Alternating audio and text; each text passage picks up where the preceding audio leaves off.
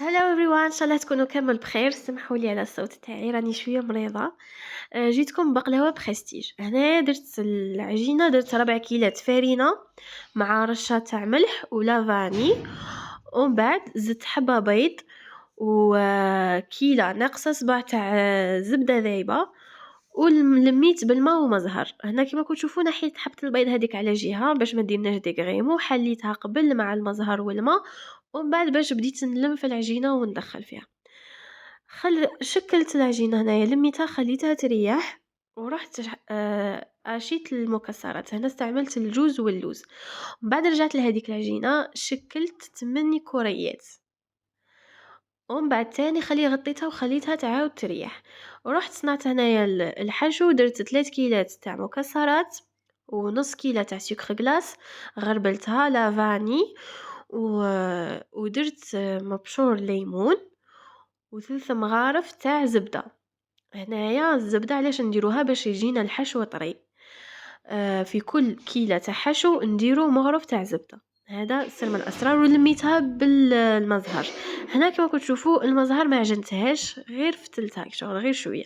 ومن بعد رجعت لهذوك البولات ورحت نحل فيهم. درت مايزينا وبديت نحل بين كل وحده ووحده ندير مايزينا، كل وحده ووحده ندير مايزينا. بعد ما كملتهم كامل جبتهم كما تشوفوا، ما استعملتش كامل ماشينه. جبت حليتهم كامل على ضربة.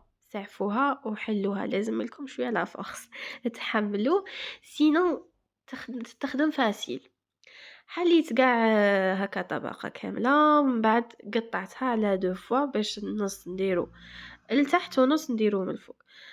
درت في البلا تاعي درت فيه شوية سمن دايب، ومن بعد كيما راكم تشوفوا كيفاش راني نشكل. وهنا شوفوا الحشو كيفاش ماشي عجينة. ومن بعد درت الطبقة تاع العجينة الزوجة، وجيت نحيت لي كوتي والتقطاع قطعت 3/7. ديروا بالمسطرة وديروا 3/7 تقطع. قطعتها وخليتها حتى أكتر من ساعتين وهي تريح. ومن بعد درت لها بيان سور درت لي كوردون. هنا علاش درت لي كوردون؟ باش هادوك الكوردون كي طيب الطبقه الفوقانيه تاع لاباط كي تولي تتورق ما تديفورماش الحبه. درت لها دهان ودخلتها للفور مع العسل، النار تكون متوسطه. وبعد ما خرجتها عسلتها، وكما راكم تشوفوا هنايا شكلت المكسرات ديكوريتها، والمكسرات هذوك درتهم في الجلوكوز مخلط مع شويه عسل.